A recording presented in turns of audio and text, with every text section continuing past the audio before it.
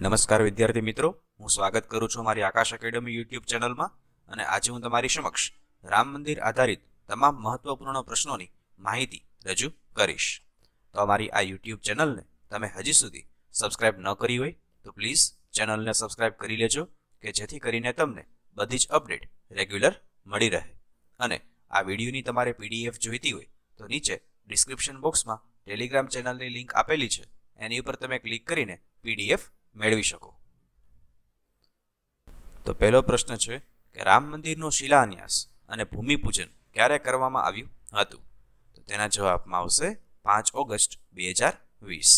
અને આ શિલાન્યાસ એ ભારતના વડાપ્રધાન નરેન્દ્ર મોદી દ્વારા કરવામાં આવ્યું હતું.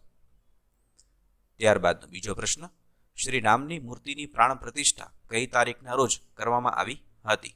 તો તેના જવાબમાં આવશે 22 જાન્યુઆરી 2024. 22 જાન્યુઆરી 2024ના રોજ બપોરે 12 કલાક 29 મિનિટ અને 8 સેકન્ડથી 12 કલાક 30 મિનિટ અને 32 સેકન્ડ સુધી શુભ મુહૂર્ત હતું. એટલે કે શુભ મુહૂર્ત એ 84 સેકન્ડનું હતું. ત્યારબાદનો ત્રીજો પ્રશ્ન, નીચેના પૈકી કઈ નદીના કિનારે રામ મંદિરની સ્થાપના કરવામાં આવી છે? તો તેના જવાબમાં આવશે સરયુ નદી, એટલે કે આન્સર બી.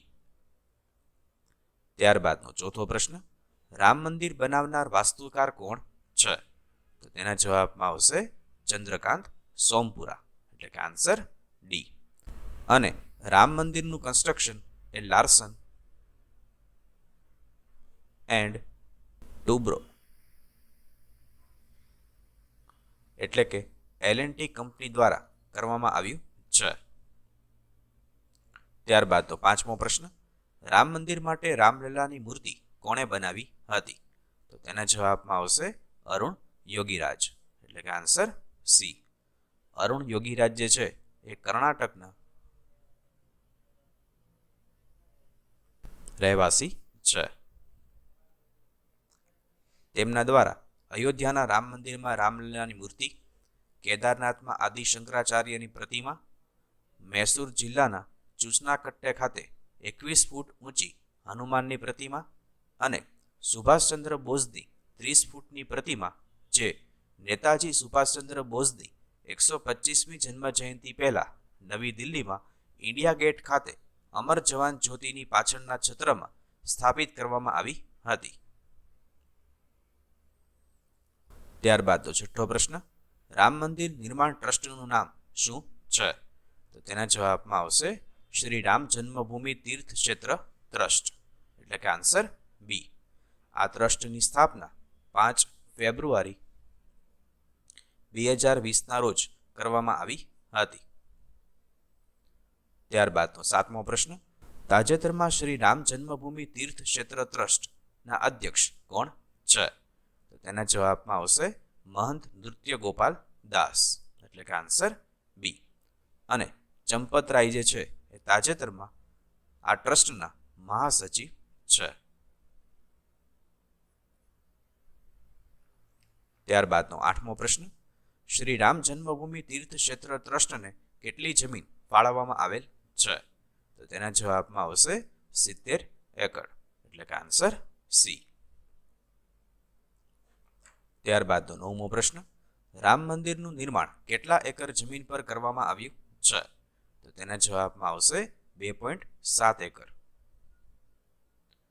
ત્યારબાદ અયોધ્યા વિવાદ પર ભારતની સર્વોચ્ચ અદાલતે કયા વર્ષમાં ચુકાદો આપ્યો હતો? તો તેના જવાબમાં આવશે વર્ષ 2019માં. 2019માં 9 નવેમ્બરે આ ચુકાદો આપ્યો હતો.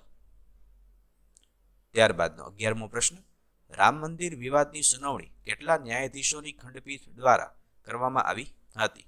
તો તેના જવાબમાં આવશે 5. હવે આ ન્યાયાધીશોમાં એક તો હતા રંજન ગોગોઈ, ત્યારબાદ DY ચંદ્રચૂડ, ત્યારબાદ શરદ અરવિંદ બોબડે, અશોક ભૂષણ અને અબ્દુલ નાઝીર, જેમાં રંજન ગોગોઈ જે છે એ અધ્યક્ષ હતા અને તે ભારતના 46માં મુખ્ય ન્યાયાધીશ પણ રહી ચૂક્યા છે. ત્યારબાદ ડીવાય ચંદ્રચૂડ જે છે એ તાજેતરમાં ભારતના 50માં મુખ્ય ન્યાયાધીશ છે. ત્યારબાદનો 12મો પ્રશ્ન, સુપ્રીમ કોર્ટે કયા આર્ટિકલ અંતર્ગત રામ મંદિર કેસમાં સુનાવણી કરી હતી? તો તેના જવાબમાં આવશે આર્ટિકલ 142. ત્યારબાદ અયોધ્યા રામ મંદિરની સ્થાપત્ય શૈલી કઈ છે? તો તેના જવાબમાં આવશે નાગારા. ત્યારબાદનો 14મો પ્રશ્ન, 6 ડિસેમ્બર 1992માં બાબરી મસ્જિદ ધ્વંસ સમયે ભારતના વડાપ્રધાન કોણ હતા? તો તેના જવાબમાં આવશે નરસિંહ રાવ. એ વખતે ભારતના રાષ્ટ્રપતિ હતા શંકર દયાળ શર્મા અને બાબરી મસ્જિદ જે છે એ આવેલી હતી અયોધ્યામાં અને અયોધ્યા આવેલું છે ઉત્તર પ્રદેશમાં. એટલે એમ પણ પૂછાય કે ઉત્તર પ્રદેશના એ વખતે મુખ્યમંત્રી કોણ હતા? તો તેના જવાબમાં આવે કલ્યાણ સિંહ. ત્યારબાદનો 15મો પ્રશ્ન, બાબરી મસ્જિદ ધ્વંસ બાદ તપાસ માટે કયા કમિશનની રચના કરવામાં આવી હતી? તો તેના જવાબમાં આવશે લિબરહાન કમિશન, એટલે કે આન્સર બી. આ કમિશનની સ્થાપના 16 ડિસેમ્બર 1992ના રોજ કરવામાં આવી હતી.